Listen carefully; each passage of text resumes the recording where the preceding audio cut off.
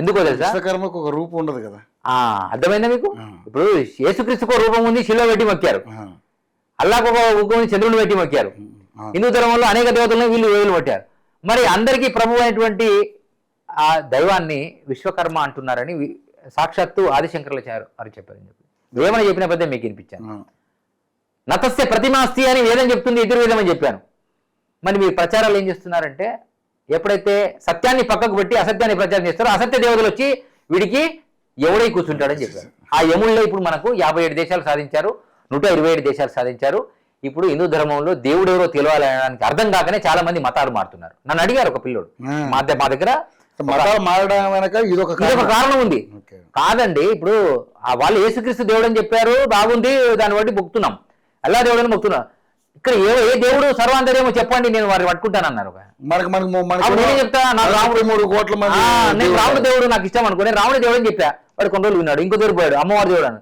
వీళ్ళు తప్పు చెప్పారు. ఇంకోటి అడిగారు, అమ్మ గణపతి దేవుడు అని, ఇంకో రామానుజుడి దేవుడు. ఇట్లా వస్తుంది. వాళ్ళకి అర్థం కాక ఏం చేశారు, అడిగితే సృష్టికర్త అంటే ఫలానానే అని వాళ్ళు చెప్పారు.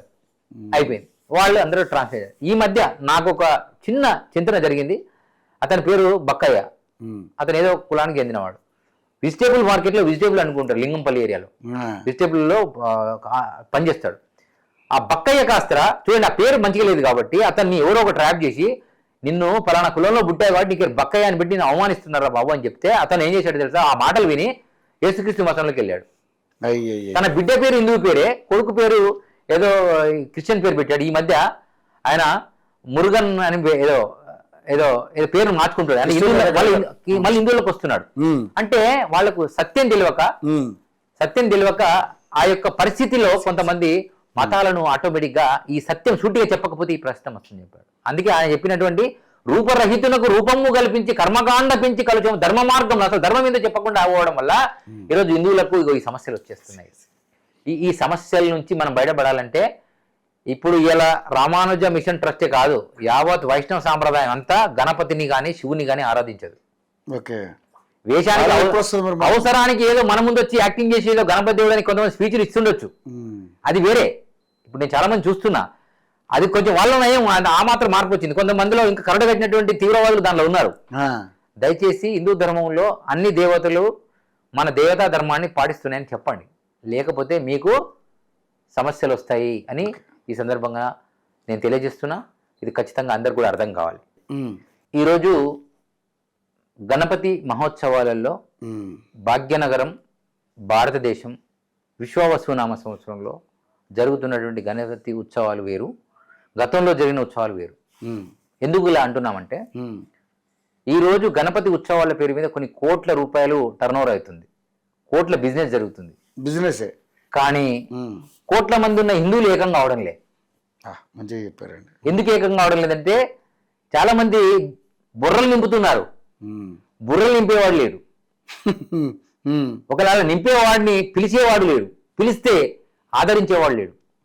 పాపం పురోహితుడు తనకు వచ్చినటువంటి ఆ మంత్రాలు 4 చదివి అక్షంతలేసి దీవించి వెళ్ళిపోవడం అతనికి కూడా సమయం లేదు. అతన్ని చెప్తే వినే ఓపిక కూడా వీళ్ళకి లేదు. ఓకే. సో అదే ఇతర మతాలలో వాళ్ళు ఇంటికి వెళ్ళి మరి దీపాలు ఆర్పుతున్నారు, దేవతలను తీసి కాళ్ళబెడుతున్నారు, వాళ్ళ దేవుడు గొప్పదని చెప్తున్నారు, భజనలు చేస్తున్నారు, పాంప్లెట్లు వస్తున్నారు. మరి గణపతి మహోత్సవం సందర్భంగా ఎందుకు వచ్చింది గణపతి మహోత్సవం అందరికి తెలియాలి విషయం.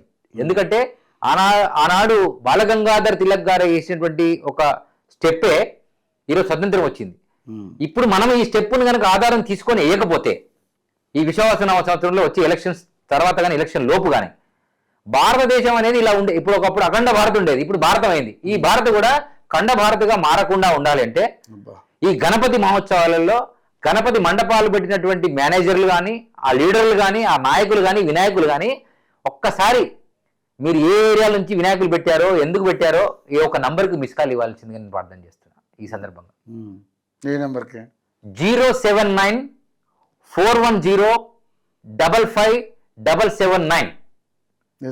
ఎందుకు మళ్ళీ ఒకసారి చెప్తా, 079-410-55779. ఆనాడు ఛత్రపతి శివాజీ మహారాజ్ కంటే ముందు ఎవరు కూడా హిందూ ధర్మం కోసం గట్టిగా మాట్లాడినటువంటి నాయకులు లేరు. ఆ నాయకుడి యొక్క జయంతి రోజు కానీ వర్ధంతి రోజు కానీ ఎక్కడ మన యొక్క దేశంలో సెలవు దినంగా లేదు. కానీ ఈరోజు చిన్న చిన్న పండుగలకు, చిన్న చిన్న కార్యక్రమాలకు, చిన్న చిన్న పూజలకు ప్రభుత్వాలు లీవులు ఇచ్చేయడం, దేశం లీవులు ఇచ్చేయడం జరుగుతుంది.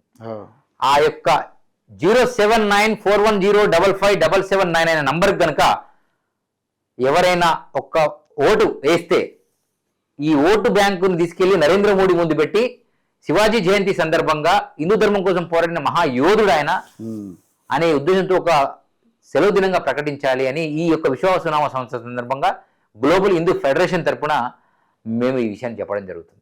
ఒక్క మిస్ కాల్ మాత్రం ఇవ్వండి. ఇది బిజినెస్ కోసం కాదు సుమా, ఇది నా నంబర్ కూడా కాదు. ఇది ఆ నంబర్ కనుక ఇస్తే కోటి సేకరణ. ఇప్పటికి కుంభమేళలో నేనే 50,000 ఓట్లు వేయించా. 50 ఆడ 65 కోట్ల మంది వచ్చారు. ఎంతమంది అండి? 65 కోట్ల మంది వచ్చారు. సగం భారతదేశం వచ్చింది. నేను అందులో 50 లక్షల ఓట్లు వేయించా. 50,000 ఓట్లు వేయించా. మరి నాకు కోటి ఓట్లు కావాలి. మరి హైదరాబాద్ లోనే 1.5 కోటి మంది ఉన్నారు. అందులో 50 లక్షల మంది ఈ ధర్మాన్ని దూషించే వాళ్ళు ఉన్నారు. మరి 1 కోటి మంది ఎందుకు నిద్రపోతున్నారు? ఇలా రిక్షా చివరి హౌస్ కీపింగ్ సెక్షన్ లో పనిచేసేటువంటి ఎంసీహెచ్ లో పనిచేసే సామాన్య మానవుడి దగ్గర కూడా ఫోన్ ఉందండి. చిన్న ఫోన్ తో కూడా ఈ నంబర్కి మిస్ కాల్ ఇవ్వచ్చు. ఇస్తే 1 కోటి మందితో ఇమీడియట్ గా వచ్చే విశ్వావసన సంవత్సరంలో శివాజీ జయంతి సందర్భంగా హాలిడే వస్తే ఈ గణపతి మహోత్సవం గట్టిగా జరిగిందని నేను కోరుకుంటున్నాను. దానికి అంటే ఫలితం వచ్చిందని చెప్తా.